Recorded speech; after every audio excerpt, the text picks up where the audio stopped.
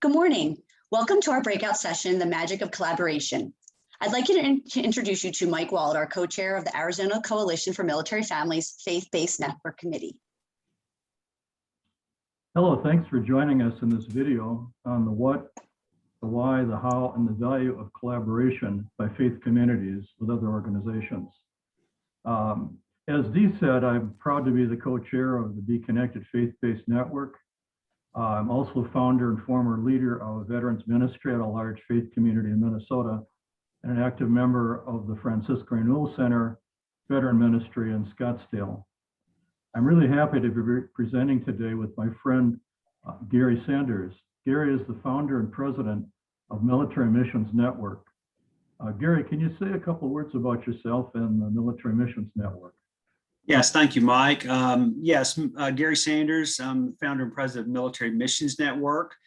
Also wear a few other hats, one of those being military pastor at First Baptist Church in Norfolk. I've been there about 16 years now. So all in all, I've been pastoring military for right at 40 years, 37 and a half. So I've seen quite a few military come and go. Oh, that's great. Well, why don't we get started, Dee, with our overheads?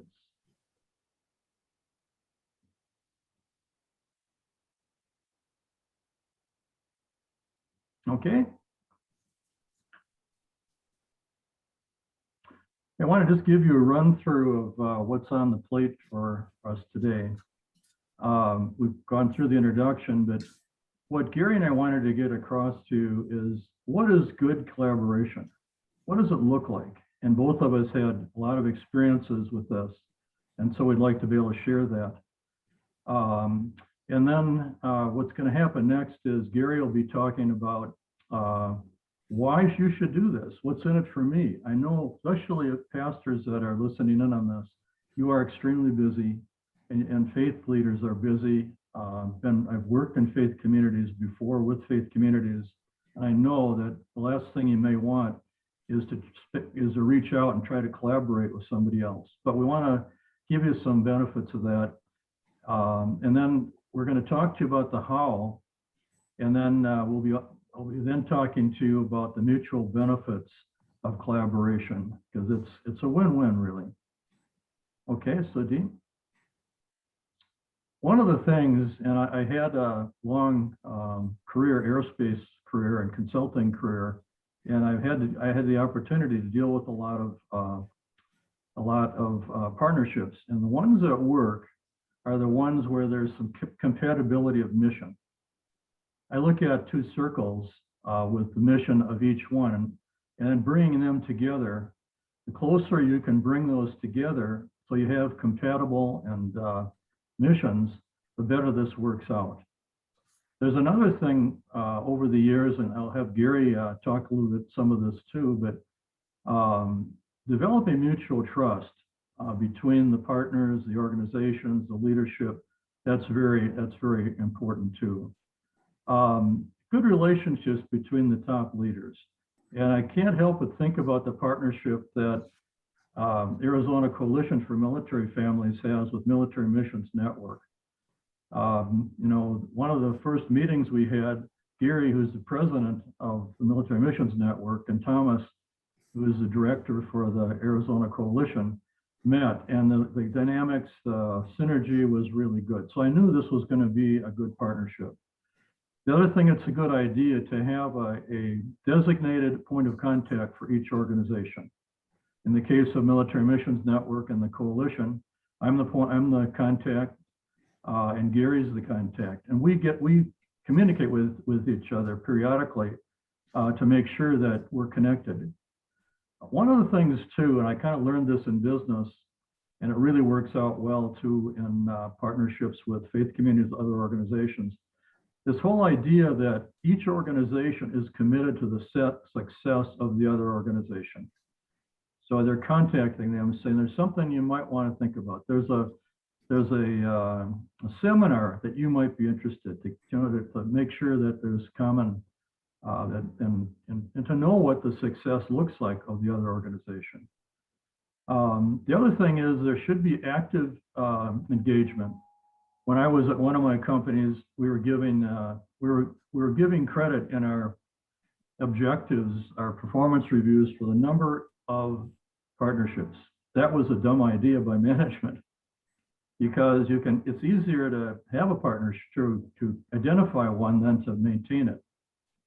So I didn't meet my objectives, but I did have 3 really good partnerships because we engaged, we helped each other, and they stayed for many years. Gary, comments that you have about this whole idea about what does a good partnership look like? Maybe some examples.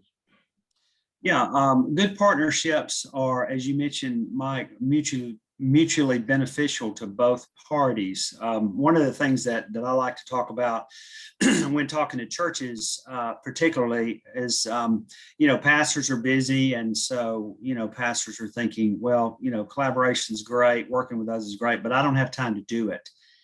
And we're all looking for a greater synergy. I'm going to talk about that a little bit more later on in the video, but we're all looking for a greater synergy. And one of the ways that greater synergy comes is when we partner together. Synergy in and of itself is all about the greater results that can be achieved when two or more parties work together than the sum total of their individual efforts. So one of the things that I challenge churches and chaplains and ministries and others that we work with is to carve out some time in your mission and in your daily operations to work with others, because that greater synergy that we all believe in and know that is necessary is only possible when we collaborate. Thank you, Gary. I just was remembering the partnership that Franciscan Renewal Center, which is one of the organization I'm in the veteran ministry. Our partnership with the coalition goes back, 8 to 10 years, and the coalition was very interested in engaging faith communities to help veterans. And of course, we were looking for connections, we were looking for resources, and it's really, really worked out well. So that partnership has worked very well. The director of the retreat center connected with Thomas Winkle, the director, and they have good synergy. So Gary, we'll just move on to the next slide here. Okay. Now we're going to talk a little bit about why should a faith community consider collaborating. And I've already mentioned synergy, and really that's one of the main drums that I beat in the work that I do with Military Missions Network, is that we all know, because we have a heart for the military and military families, whether you're a church, a ministry, a nonprofit, whatever you are. Sorry, thought I had that silence. No matter what you are, I think there's a general recognition out there that we need to see more accomplished on behalf of our military and their families than what we're able to do alone. And so there are benefits, if you will, to collaborate, and we're going to achieve that greater synergy. One of the things that we see in the animal kingdom, for example, is symbiotic relationships. I love to see pictures of animals that are in symbiotic relationships with other animals, and we've all seen pictures of that.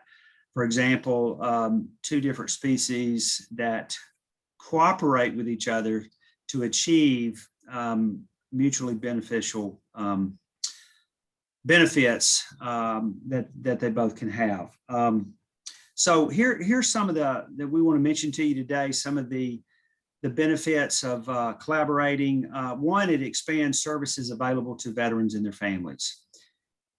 When thinking about the faith communities, one of the things that we need to sometimes see that's right in front of our eyes that we don't realize are the unique contributions that faith communities bring to the table.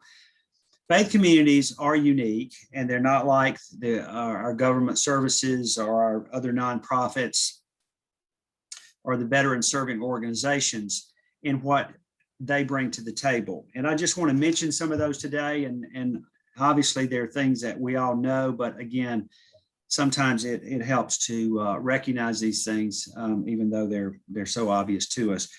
We bring things to the table like community. a sense of community. That's the unique mission of faith communities, whatever faith community that is. A sense of belonging and family. We in our church, First Baptist Church in Norfolk, we being in Norfolk, Virginia, we minister to tons of military. This is the capital of the Navy, so to speak. And so many of these military and their families, they don't have any nuclear or extended family within 400 or 500 miles from where they're currently located. And so many times they're, they need support. They need a sense of belonging and a sense of family. And that's what the faith communities can bring to the table. Support, especially spiritual support like prayer. There's a lot of talk in the military today among military leaders about how you create resiliency. And one of the things that I believe as a minister is that spiritual resources and spiritual growth and development greatly contribute to a person's ability to be resilient in times of combat and trauma. Faith communities bring that to the table. It's one of the things that we do that is just, it's our unique contribution. None of the other organizations that will collaborate with faith communities, that's not their specialty. Another thing that faith communities often bring to the table are facilities. Our church being located in the Hampton Roads area, we partner with chaplains all the time. We partner with family readiness groups. We host pre-deployment briefings. The Navy, for example, especially the carriers, they have their pre-deployment briefings, and they don't have a place where all the families can gather to hear these instructions about what they need to know before their service members deploy. We have often opened our building. Our sanctuary is pretty large, and some of the carriers will fill our building up on 2 different nights. Obviously, ship has to be manned, so everybody can't do the same night. But we have hosted many pre-deployment briefings through the years, and that's a way that we can, in a sense, collaborate with the Navy by sharing our facilities. Faith communities also bring an army of volunteers to the table. And again, that's a unique contribution of faith communities. And I know in our church and other churches in military communities, there's usually a very large veteran population. And the veterans are always asking me, how can I give back to our active duty and their families? And so they're very willing to step in and help whenever we need them. So it expands the services available to veterans and their families, and the faith communities can bring the things that are unique in terms of their contributions to that table. Another thing, it eliminates duplication. We don't have to all be strong in the same thing. We don't have to specialize in the same area of support or ministry or whatever we provide. We can find other groups, other nonprofits, other faith communities, military or government services that provide unique services that we can tap into, and we don't have to duplicate that or recreate the wheel. Obviously, when we collaborate with others, we learn, and we learn from what they do well, what they don't do so well, maybe. So mutual learning is always a benefit to working with others, especially others that are sort of outside of your lane or outside of your circle, so to speak. Mutual advertising of the services of the other organization. That happens quite often. We, for example, do various things in our church and our community that support the military. Like we send banners, huge banners that are signed. We send them to the ships when they deploy. We write little words of blessing. Hey, we care about you. We're praying for you, things like that. And those come from our church. And obviously that gets the name of the church out there among the military if there's sailors and their families that are interested in connecting with the church. So it advertises the services of the other organization. Dee, if you'll go to the next slide. Well, I'm just going to mention a couple of things to reinforce what Gary had to say. As far as expanding the services, we had the enviable situation, and Gary had mentioned it, that we had too many volunteers for the things we were doing. We did serve up in Minnesota. We served 39 deployed service members and some of their families, the ones that had families. But we started attracting volunteers, and when I decided I wanted to go to the Family Readiness Center, which was for the National Guard, a large National Guard unit, and I went to my connection at the church, and she took me out to look at the mission statement of the church. Does it say anything about only serving those in our parish? Go for it. You don't need anybody's permission. You're in it. So we went down there, and we were helping out National Guard families all over the Twin Cities in Minnesota. And we were cleaning out drains in Minneapolis, and we were over in St. Paul fixing trucks, and that sort of a thing. So it was really good. The other thing, as far as learning, I've mentioned this to Gary, the structure of our faith-based network, that program that we have, we really learned a lot from Gary's structuring of the Military Missions Network. So that exchange of information really worked out well. It really worked out well. Okay, let me mention a couple other examples too. Go ahead. I had down here, and there are different organizations that can be considered in terms of potential collaboration. But like one of the things that we do in our church is we partner with military leaders. We understand how to work with them. We understand, the difficulty of balancing religious freedom and the fact that the military is a very diverse organization, and you have to navigate those relationships very carefully. But I mentioned we use our facilities. We adopt ships. We've supported ships. We host family readiness groups, which are the support groups of military. Our particular church does that with usually 7 or 8 different ships or various commands, and we keep their children while they have their meetings. We do the pre-deployment briefings, host those, as I mentioned. And sometimes military singles and families don't always know about the resources that are available.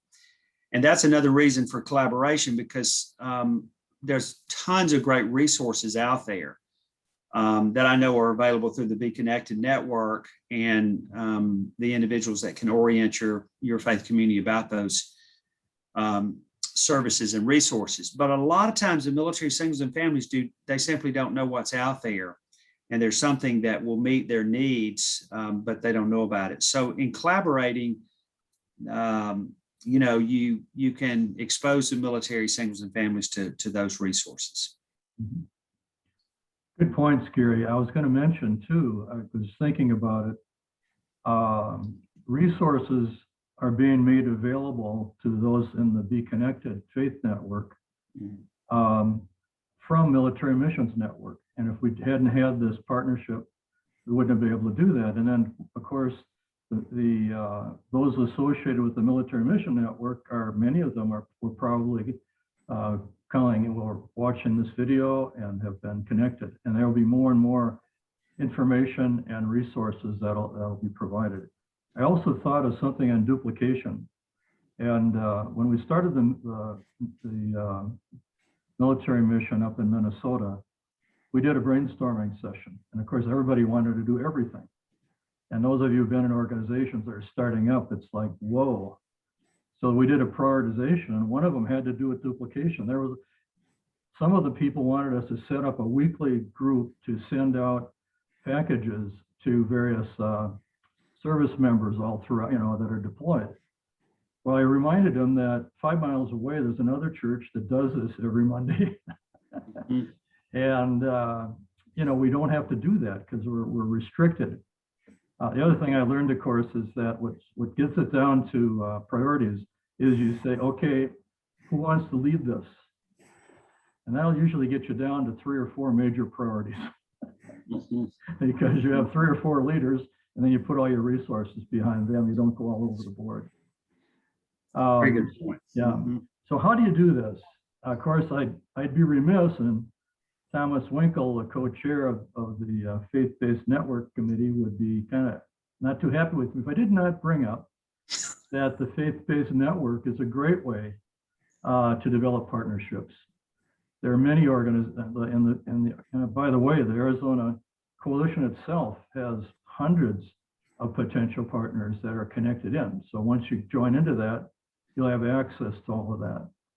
Also, the faith community itself, not just the ones in your ministry, but just saying, hey, what do you think?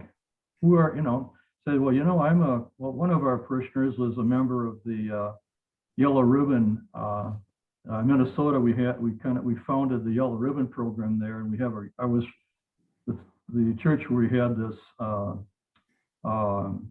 this ministry was a Yellow Ribbon city. So they were giving us support. We partnered with them, and then I found out that there was a Yellow Ribbon city committee, and they're still around. I'm still on their email lists many years later. And they're still doing great things for veterans in the community. Then there's veteran organizations that are natural. The American Legion, they not only gave us funding, but they would refer veterans to us in the ministry. When I was up in Minnesota, they'd bring the flags and honor guards and things. It was just a really good connection. And VFW, Disabled American Veterans, all those great organizations. National Guard bases, we've talked about that. One time, Minnesota sent 2,200 National Guard to Iraq. And we were able to give them a send-off. We connected with many of them. We adopted a couple of chaplains. We were a Catholic church, but we adopted an evangelical and a Lutheran chaplain and helped their families, and it was just very fulfilling. And they have your reserve units. Here in Arizona, the Unified Arizona Veterans, you can just kind of Google that. They've got 50 veteran organizations that are members of that.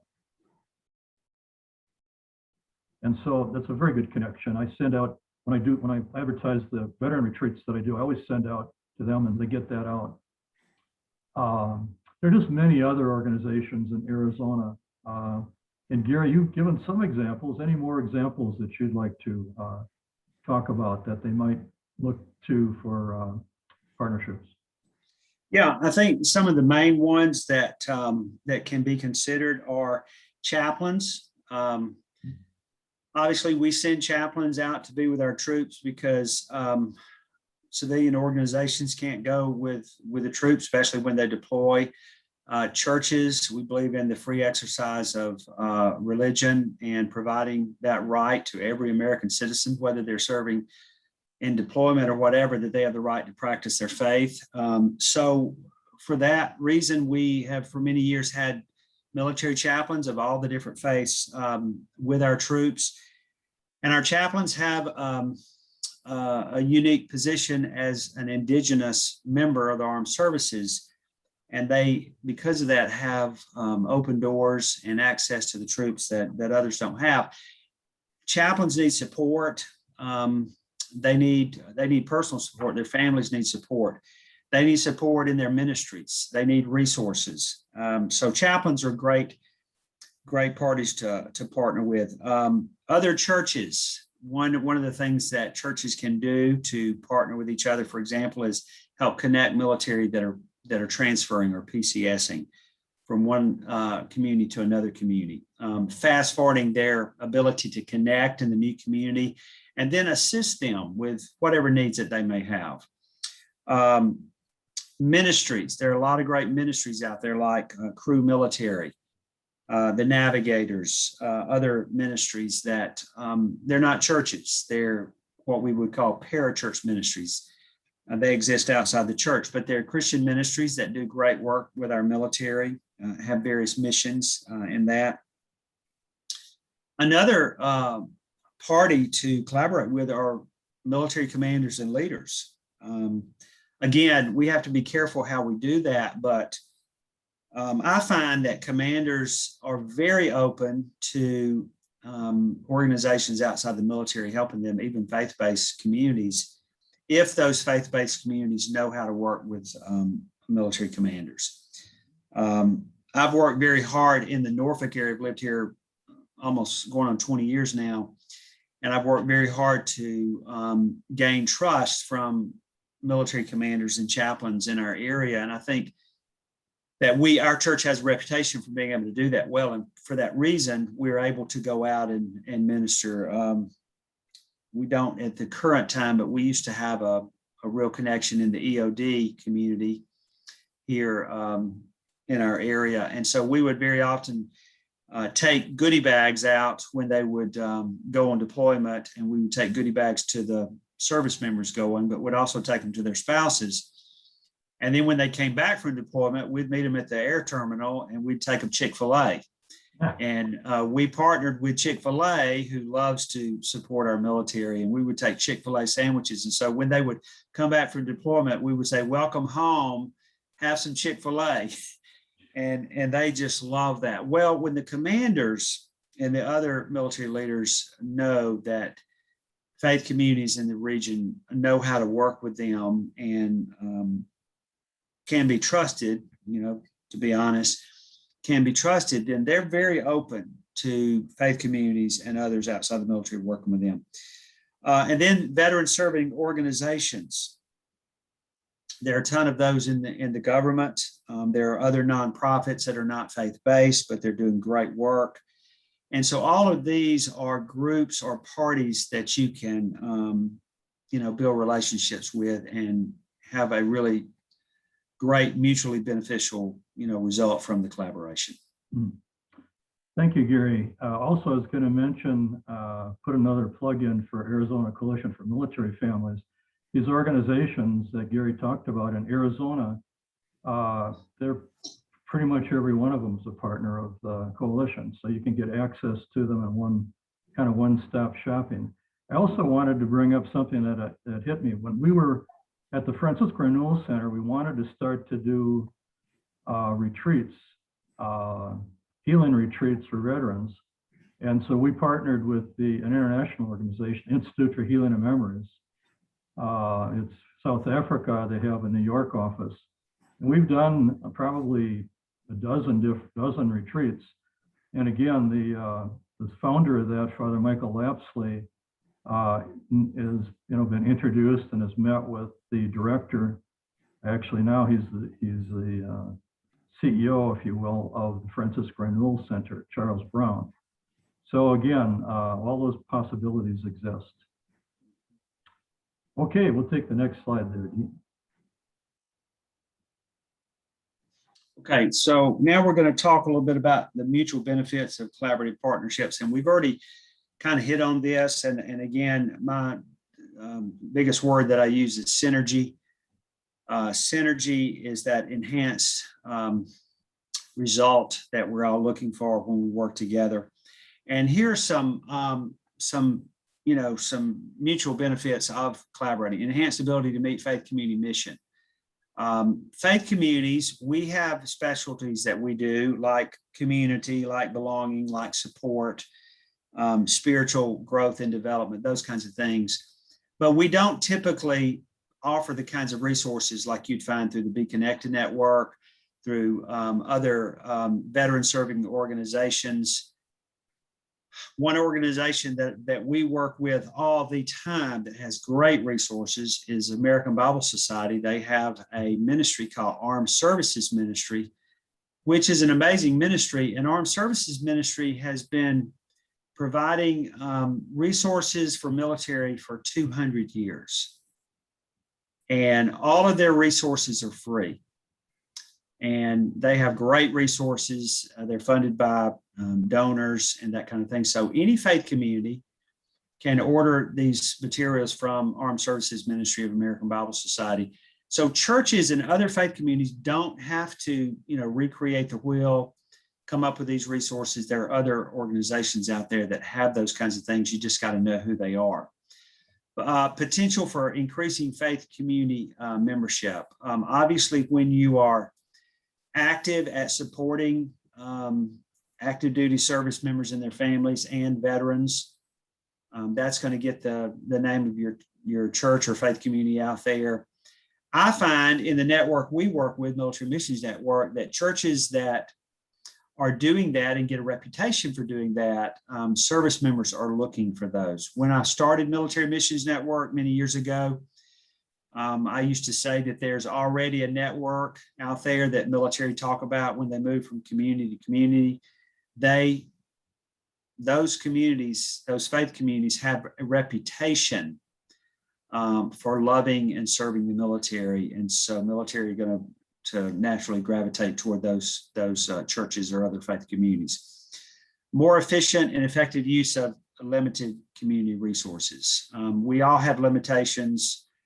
All of us have things that we don't do very well. And I think, Mike, you've already touched on this, that this is a way that we can help each other be more effective by offering our strengths and the strengths that we bring to the table, at the same time recognizing that there are areas where we need help.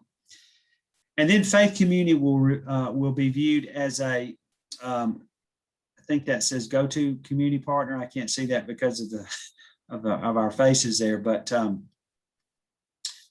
our military needs to know that we're there, that faith communities know that they have unique needs and challenges, and others need to know that as well. And so when we get involved with this fight and we roll up our sleeves and partner with others, then it helps send that message out to the community. Go to the next slide, please. Oh, I guess we're unfortunately, we can't really do a Q&A since we're in a video, but let's go back to the last one that Gary was on. And we'll just talk a little bit about a couple of things that hit me with this. Number one, the American Bible Society, that is an excellent partner. And I want to, some people feel, oh, it's just one religion. No, any Christian religion they support. They do Bibles in all different genre, if you will.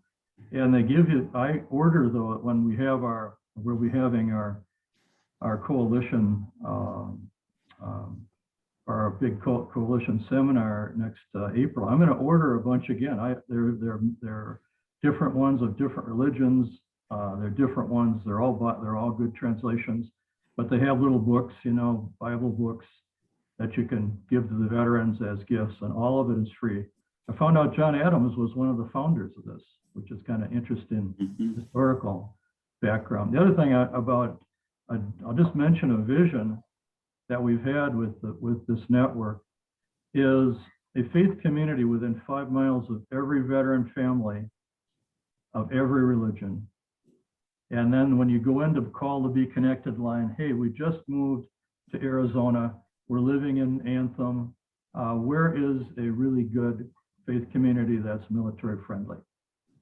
And that works out well. The other thing I would say is I have seen military families join faith communities. I remember meeting one up in Minnesota, and we had a big board, a prayer board up in our vestibule, and it had the pictures of our deployed service members and who their families were and where they're deployed. And a veteran came up to me and he says, "We just moved into your area, and I just came into this church randomly, and I saw that prayer board and I'm at home."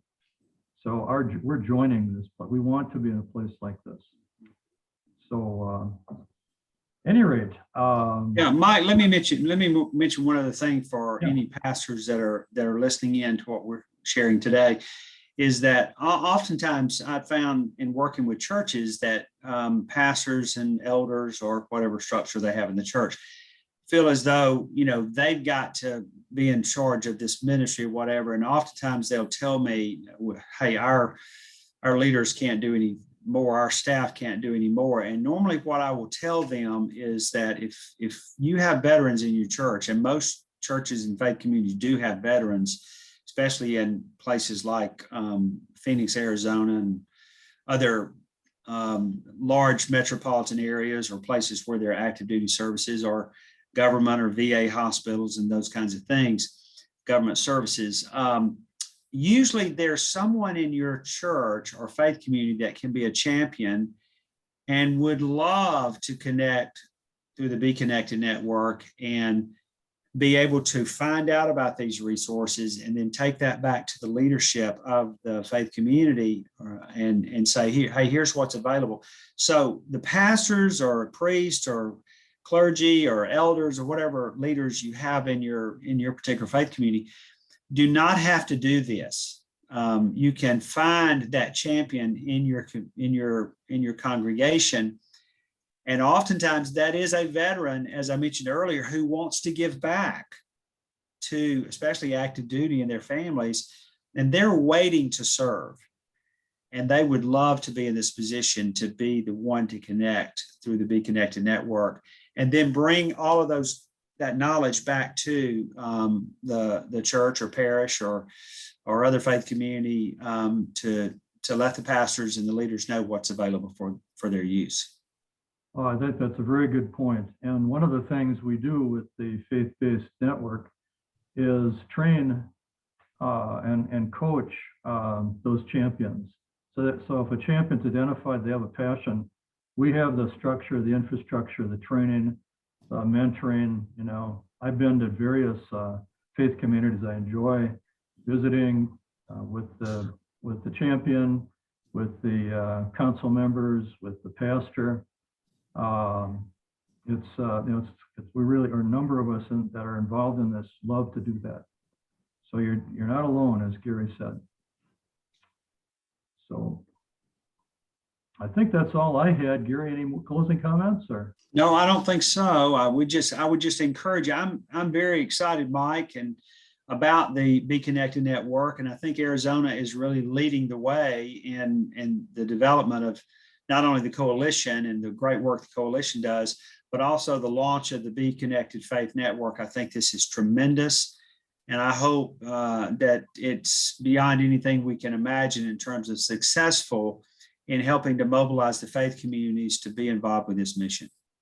Thank you. And thank you for those who are watching this. Thank you for spending your time with us. I know your time is valuable. We really appreciate you being with us. And we're all excited about the faith-based network and what it can do. Thank you. Thank you. Thank you, gentlemen, for being with us today. We really appreciate the examples, the resources, and again, thank you for being with us here today. Thank you. Thank you, Dee.